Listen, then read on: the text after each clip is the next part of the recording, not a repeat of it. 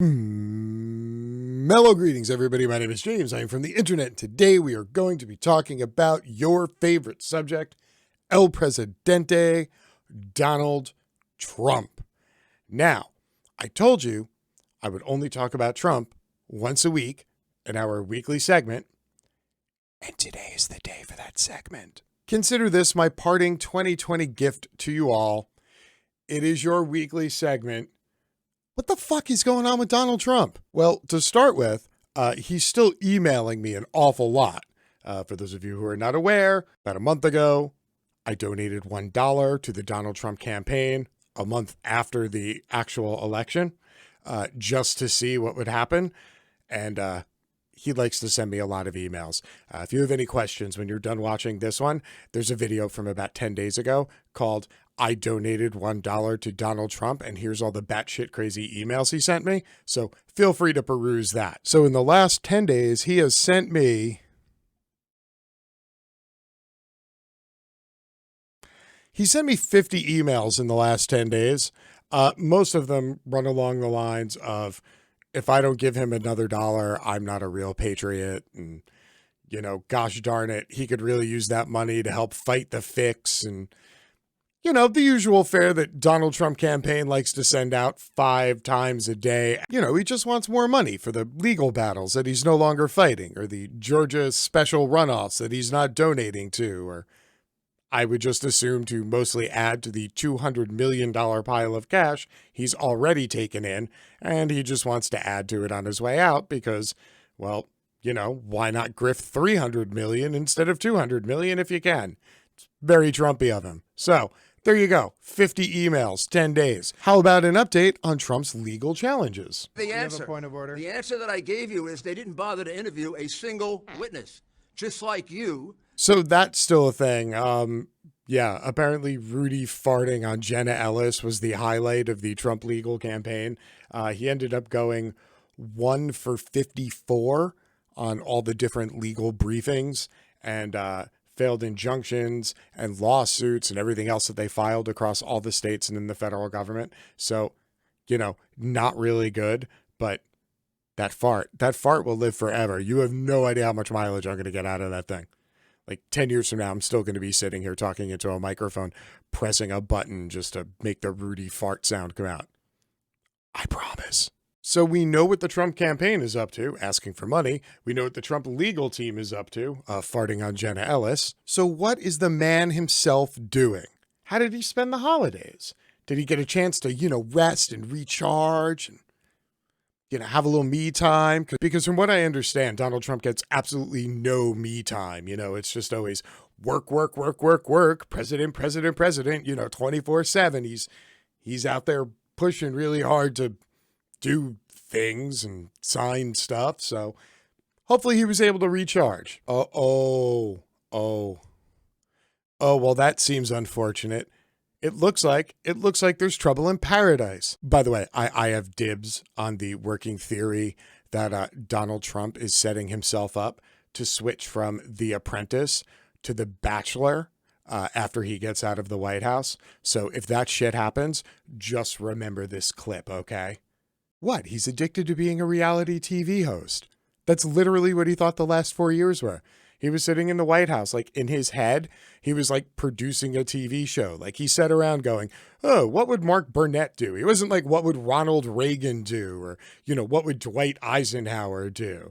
You know, he's like, would Mark Burnett make them all climb through snakes, or would he make them eat poop? Like seriously, that was the decision-making prowess that went into the last 4 years of being the president. So unsurprising that Donald Trump is going to be prepping himself to be the star of The Bachelor very soon. President Donald Trump returned to his beachside Mar-a-Lago resort for a restful Christmas break last week, but was so displeased with the redecorations overseen by his wife, Melania Trump, that he ordered them to be torn out. Now, I'm gonna go out on a limb here and say that Donald Trump probably does not have great taste in, I'd assume, just about anything. So Melania's redo either had to be absolutely amazing and he has no taste and thought it was trash, or it was so horrible that even Donald Trump realized it was trash, One or the other. This does not sound like Don is very happy. Sounds like a very bad way to spend the Christmas holiday, sitting alone in the corner of your resort, complaining about, the velvet drapes being the wrong shade of aubergine. And no, Donald Trump has absolutely no idea what the fucking aubergine is. We're good. He was not happy with it, a source told CNN, adding that Trump berated resort staff members upon arrival, telling them to remove white marble and an abundance of dark wood. Yeah, Donald Trump really isn't into dark wood. He prefers a lighter tone with less grain. An unnamed club source told CNN that Trump had been, quote, moody through his latest stay in Mar-a-Lago, with another source saying the vibe is off. Trump was said to have emerged Monday night, however, to say hello and congratulate a couple who had just been married at the resort. The president's 500-person New Year's Eve party at the resort is scheduled to go ahead. Trump has yet to publicly outline his post-presidency plans. President-elect Joe Biden is set to take over the White House on January 20th. Now, that report was from earlier in the week. However, there was an update today, and things changed. Buckle up, kids. He's up to some shady shit. Here it comes. Trump and Melania abruptly decide to ditch the Mar-a-Lago New Year's party that many of his supporters bought tickets for. Because of course he did. However, we should be concerned because whenever Donald Trump does something unexpected, unplanned, and erratic, you know something's going to get broken. He's kind of like a hyperactive 6-year-old that way. President Donald Trump and First Lady Melania Trump decided at short notice to abandon his Mar-a-Lago club before a lavish New Year's Eve party. They're scheduled to leave Florida at 11 a.m. and set to spend Thursday night at the White House. They had previously planned to leave Mar-a-Lago on New Year's Day. Two journalists from CNN, citing 3 people familiar with the matter, said that guests had already started gathering at the resort and had been told Trump would be attending. HuffPo reported that in 2018, tickets to the party had cost about $1,000. I'm going to assume, like all things Trump, it's gotten more expensive because his name is on it and he is just a gigantic shit blizzard in an otherwise very boring, very dull, mostly locked down country filled with bored fucking people. However, let's just assume that it was still only $1,000 and they sold 5,000 tickets, and that's $500,000. Donald Trump just walked away from $500,000 plus whatever, people are going to spend who are actually staying at the resort, in addition to spending $1,000 to go to the party. So I would have to assume that this was going to be $1 million weekend for Trump and the Trump resort. Donald Trump does not just walk away from $1 million.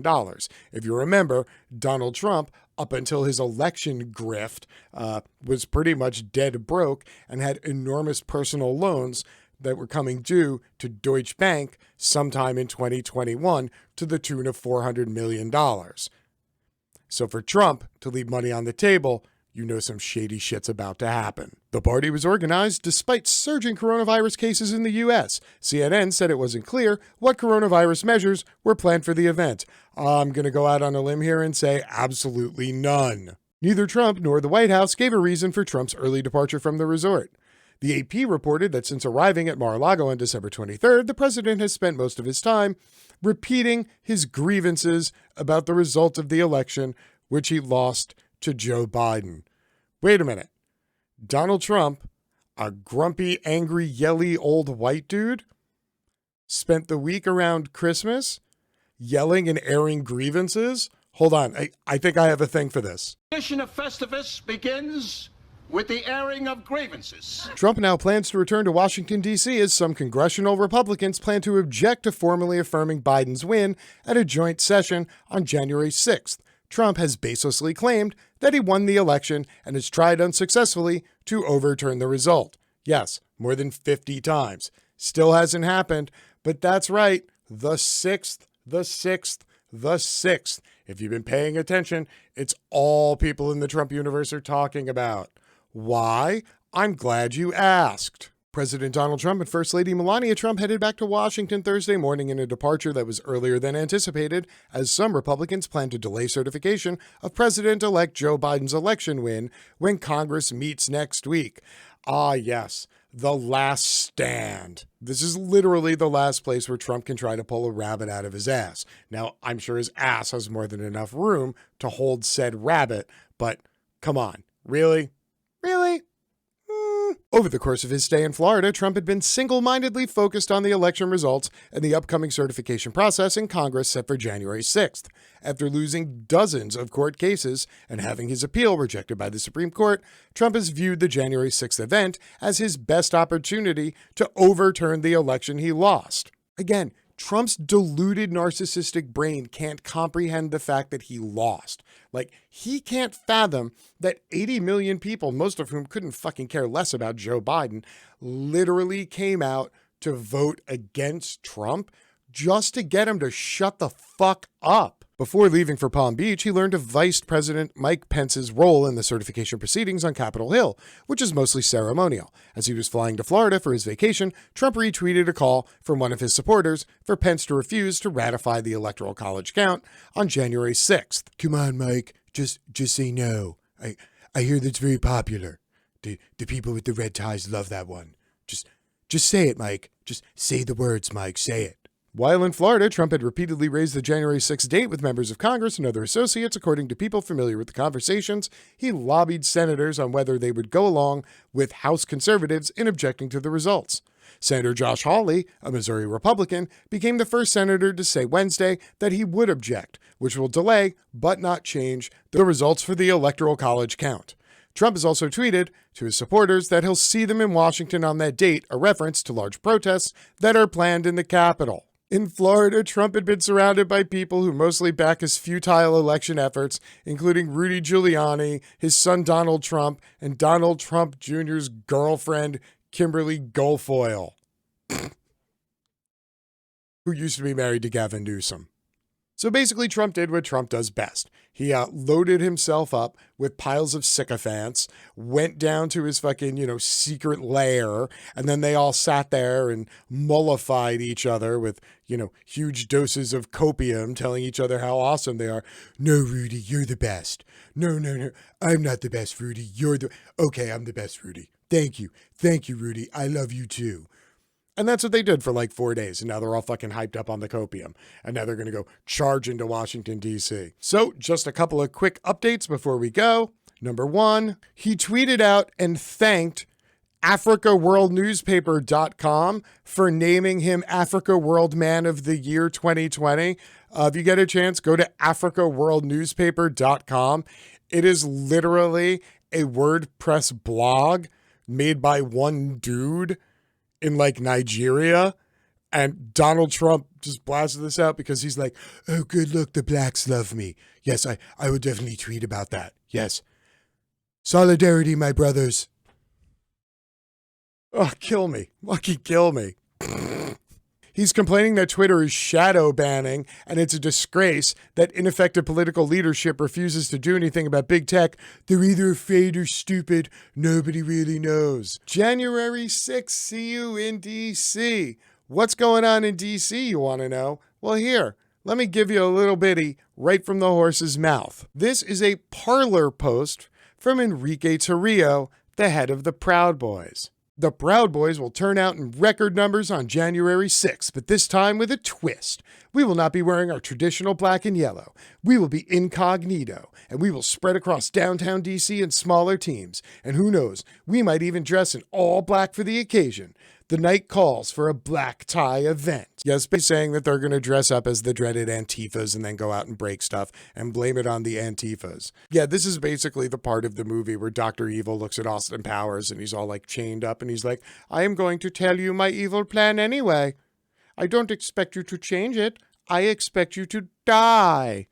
Like, he's like, I don't give a fuck. Donald Trump hooked me up. He invited me to the White House last time we went to D.C. and beat the shit out of people in the streets. Like, I'm good. Like, I'm just going to go tell people we're going to go break shit before I come and break shit. And this is why Donald Trump is going back to D.C. early.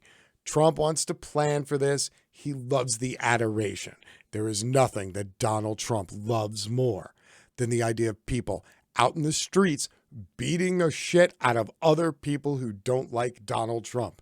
Now, of course, Donald Trump would never go out into the street to beat the shit out of people, because that's not how Donald Trump rolls. He doesn't get his hands dirty. He hires Roy Cohn. He hires Roger Stone. He pays money to operatives who pay talking heads across social media on the right wing.